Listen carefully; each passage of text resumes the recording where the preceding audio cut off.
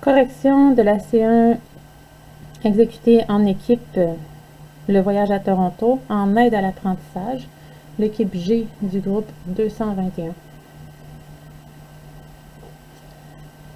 D'abord, ce que je fais en tant que prof lorsque je regarde la démarche de résolution, une démarche de résolution, c'est que je jette un coup d'œil préalable pour voir si j'aurai ou non de la difficulté à me diriger dans cette démarche. Lorsque j'observe cette démarche-ci, je vois tout de suite que ce sera très agréable à corriger. Le fait que vous ayez utilisé les deux colonnes vues avec Madame Parenteau l'an passé, soit la colonne planification et la colonne résolution, aide beaucoup.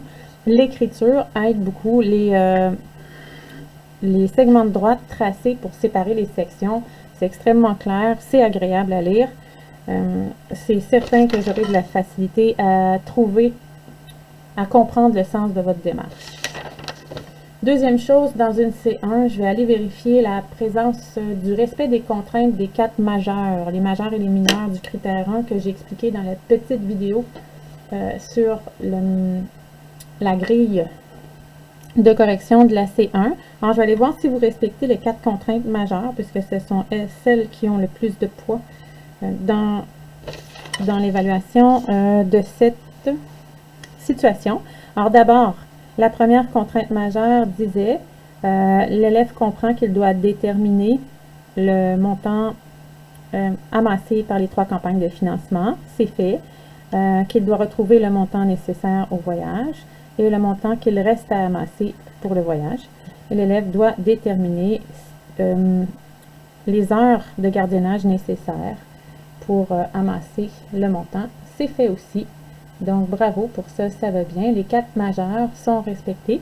Il reste maintenant à évaluer les mineurs. Mineurs que j'évaluerai en même temps que le critère 2. Hein, les deux se font conjointement. C'est-à-dire le critère 2 où on vous évalue sur les concepts, si vous avez mobilisé les bons concepts et si vous le faites de la bonne façon. Donc, la première mineure concerne la vente d'agrumes. Alors, ici, vous m'indiquez un titre qui est précis, un intertitre qui est précis. Donc, vous me parlez des agrumes vendus, mais également de la somme amassée par les agrumes vendus, je pense. C'est ce que je comprends, votre total en dollars. Vous faites une proportion avec un lien multiplicatif qui est magnifique et vous utilisez un point qui arrive juste dans le graphique. Donc, c'est extrêmement important de faire ça ici. Vous ne tombez pas dans le panneau d'utiliser un point qui n'arrive pas juste. Par exemple, pour un sac, c'est 3 $. Donc, vous utilisez un des deux points qui arrive juste. Soit pour 2 sacs, c'est 6 $. Et vous trouvez la réponse. Petite chose que je suggérerais, c'est de mettre en évidence d'une façon ou d'une autre. Là, par exemple, ici, je l'encadrerai pour vous donner un exemple. La réponse finale en lien avec l'intertitre que vous avez indiqué dans votre planification. Ça m'aide à voir que c'est ce que vous avez obtenu, parce que si on n'encadre pas le 60, on ne sait pas trop ce que vous cherchez. C'est pas si évident pour quelqu'un qui ne connaît pas le problème aussi bien. Alors, pour la première mineure et les concepts reliés, tout va bien. Regardons la deuxième mineure. Les 2 et 3e mineures sont relatives à la vente de boîtes de thé vert. Donc, on doit constater que vous avez vu qu'il s'agissait d'une situation inversement proportionnelle et que vous tenez compte aussi de la fraction qui est conservée par hausse de la vente, du total des ventes amassées. Alors ici, vous effectuez... Ah oui, donc lorsque vous cherchez l'argent, vous faites d'abord une relation directement proportionnelle, comme si c'était une variation directement proportionnelle, et vous constatez que ça ne fonctionne pas. Je ne sais pas trop comment vous le constatez par contre, mais vous le constatez, parce que vous dites ensuite que ce n'est pas ce que vous allez faire.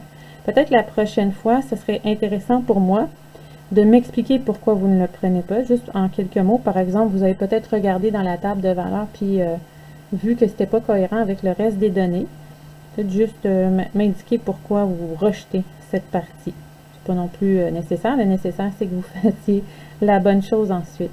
Alors, si on regarde maintenant le total d'argent des boîtes de thé vert, donc d'argent amassé par Rose, peut-être qu'ici, on gagnerait à avoir plus qu'une étape. Donc, par exemple, ici, il aurait fallu préciser que ce que vous cherchez, c'est le produit constant.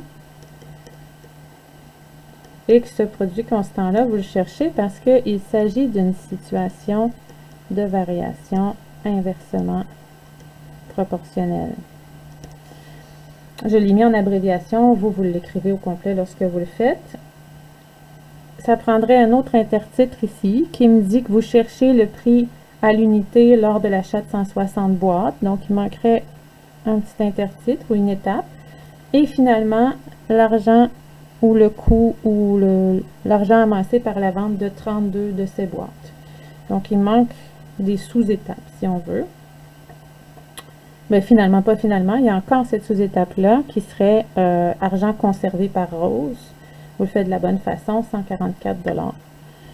Bon, encore une fois, les encadrer, ce serait une bonne idée. Donc, l'encadré ici, ce serait celui-là, mais il ne va pas avec cet intertitre-là parce qu'il vous manque des intertitres. Donc, ajoutez des sous-étapes et indiquez en encadrant la quantité ou la valeur que vous allez réutiliser, que vous avez trouvé qui va vous être utile dans la suite de la résolution du problème.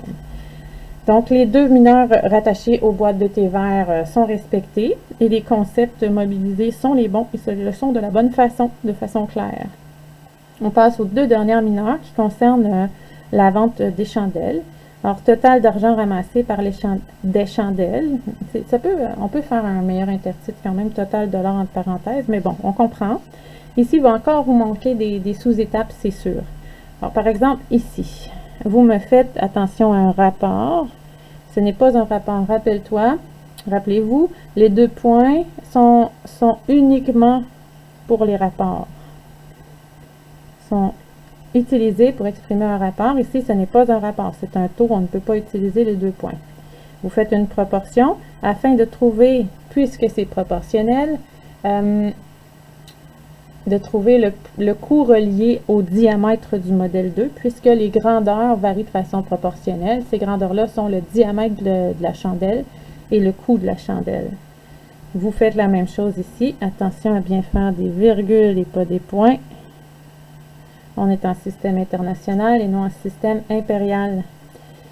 Vous déterminez ensuite avec le total de chandelles, en multipliant par le prix par chandelle, l'argent amassé par la vente de chacun des modèles et l'argent total amassé. Donc, il pourrait y avoir plusieurs intertitres ici, là. On pourrait laisser de la place, faire ça plus aéré. Et finalement, ici, vous déterminez la partie conservée par Rose et vous le faites de la bonne façon. Donc, toutes les mineurs de cette situation et toutes les majeures sont respectés. Vous avez au critère 1 A. Au critère 2 jusqu'à présent, vous avez A également, puisque les concepts mobilisés, même chose pour le retour au 100%, ici tout va bien, sont les bons et le sont de la bonne façon. Maintenant, ici,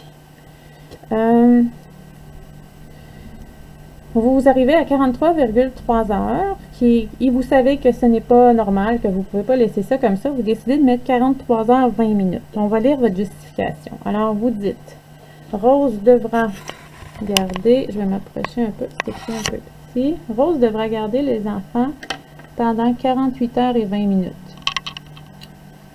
J'essaye de refaire le focus, c'est pas évident. Au cours du prochain mois, afin d'avoir assez d'argent pour payer son voyage à Toronto, car 43,3 égale 43 heures et 20 minutes. Ok, j'y vais. J'y vais parce que je vous l'accorde, parce que vous avez évalué que 43,3 c'était 43 heures 20 minutes. Je vous fais par contre remarquer que il est rare lorsqu'on fait du gardiennage d'être payé à la minute près. Mais vous l'avez justifié votre 43 heures 20 minutes. Il s'agit de voir maintenant, dans la vraie vie, est-on payé à la minute près? Peut-être que personne de votre équipe ne connaît de gens qui font du gardiennage, et je vais considérer que ceci est justifié. Donc, au critère 1, au critère 2, c'est A, qui fait 40 pour chacun de ces points. Au critère 3, on ira avec, pas A, parce qu'il manque des intertitres, donc on va y aller avec B. Que c'est la seule chose. Toutes les explications et les opérations sont explicites.